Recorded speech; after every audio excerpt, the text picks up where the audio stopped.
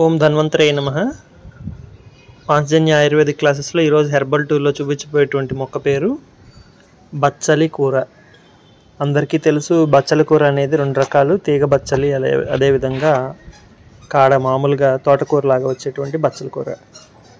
వీటిలో ఈ తీగ బచ్చలు అనేది చాలా విశేషమైనటువంటి ఇంపార్టెన్స్ కలిగి ఉన్నటువంటిది. మీరు చూస్తున్నారు కదా, ఈ విధంగా ఒక్కొక్క కణుపు దగ్గర ఒక్కొక్క ఆకు చొప్పున మనకి తీగ అనేది పాకడం జరుగుతూ ఉంటుంది. తీగ ఇప్పుడు మీరు చూస్తున్నది కొంచెం వైట్ వెరైటీగా ఉంది. కొంచెం ముదురుగా అయ్యే కొద్దీ దీనిలోంచి ఇదిగోండి కాస్త రెడ్ కలర్లోకి మారటం జరుగుతూ ఉంటుంది. ఆకు చూసినట్లయితే ఈ విధంగా ఎక్యూట్గా బాణాకారంలో ఉంటుంది. దీని వెనేషన్ ఈ విధంగా ఉంటుంది బ్యాక్ సైడ్. దీనిలో ముఖ్యమైనటువంటి నౌవేడేస్ సైంటిఫిక్గా దీని గురించి ఎక్కువగా చెప్తున్నటువంటిది ఏంటంటే, ఈ ఆకుల యొక్క వెనేషన్ అనేది గుండెకి సంబంధించినటువంటి రక్త సరఫరా అయ్యేటువంటి carotid arteries and carotid veins ఏవైతే ఉన్నాయో వాటికి సంబంధించి కణజాలం ఏదన్నా దెబ్బతింటే కనుక వాటిని బయోటెక్నాలజీ బేసిస్లో డెవలప్మెంట్ ఆఫ్ హార్ట్ ఆర్గాన్ని డెవలప్ చేయడంలో ఈ యొక్క బచ్చలి ఆకులు సూటబుల్గా ఉన్నాయి అని చెప్పి రీసెంట్ డేస్లో కనుగొనడం జరిగింది. ఇది మనకి పూర్వకాలం నుంచి కూడాను ఒక వంటింట్లో వాడేటువంటి ఒక కూరలాగా అందరికీ సుపరిచితమైనది. ఇంకా కూడా చెప్పుకోవాలంటే, ఈ బచ్చలి కూర ఎవరైతే తింటారో వాళ్ళకి ఎవరికి కూడాను ఎముకలకి సంబంధించినటువంటి సమస్యలు కానీ, రక్తహీనత అనేటువంటి సమస్య కానీ రాకుండా ఉంటాయి. ముఖ్యంగా ఈ సమ్మర్ సీజన్లో ముక్కు వెంబటి మలమార్గం గుండా పైల్స్ సమస్య వల్ల కానీ, ముక్కు వెంబటి రక్తనాళాలు చెట్లటం, ఎపిస్టాక్సిస్ అనేటువంటి సమస్య గురించి కానీ బాధపడేటువంటి వాళ్ళు ఎవరైనా కూడాను ఈ బచ్చలి కూరని కంపల్సరీగా మీ యొక్క ఆహారంలో వారానికి ఒకసారి తీసుకుంటే కనుక ఆ సమస్య అనేది మటుమాయమైపోతుంది.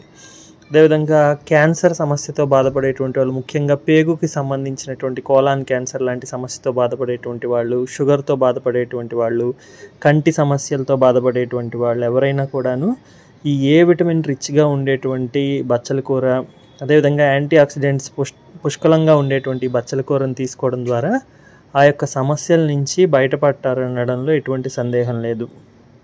నేను పర్సనల్గా నా దగ్గరికి వచ్చేటువంటి క్లయింట్స్ అందరికీ కూడాను, పేషెంట్స్కి ఈ బచ్చలి కూరని వారానికి ఒక్కసారి తీసుకోమంటాను. ముఖ్యంగా ఎవరంటే వ్యారికోజ్ వీన్స్తో బాధపడేటువంటి వాళ్ళలోనూ, అదేవిధంగా మొలల సమస్య, మలద్వారం దగ్గర వాపు, మంట, నొప్పి, బ్లీడింగ్ అవ్వటం అనేటువంటి సమస్యలతో బాధపడే వాళ్ళకి కంపల్సరీ వాడమంటాను.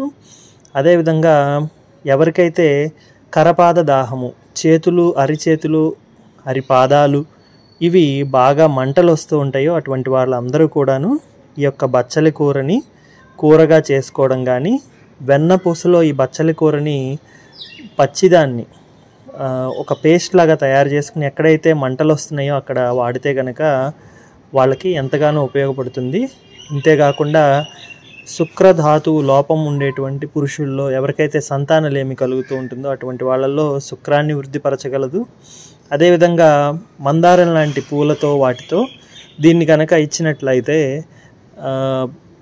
ఎవరికైతే సంతానలేమి ఉందో వాళ్ళలో, స్త్రీలలో ప్రధానంగా సంతానలేమిని దూరం చేసేటువంటి శక్తి కూడా ఈ యొక్క బచ్చలి కూరలో ఉండటం అనేది చాలా విశేషమైనటువంటి కూర. ఇది మనకి తీగజాతి మొక్కల్లో తిప్పతీగ తర్వాత అంతలా ఎక్కువగా ఉపయోగించేటువంటి ఆకుకూరలా వాడుకోదగినటువంటి గొప్పదైనటువంటి ఈ బచ్చలి కూరని మీరందరూ కూడాను నిత్యము వాడుకుని ఆరోగ్యవంతులు అవుతారని కోరుకుంటూ ఈరోజు క్లాస్ని ఇక్కడితో కన్క్లూడ్ చేస్తున్నాను.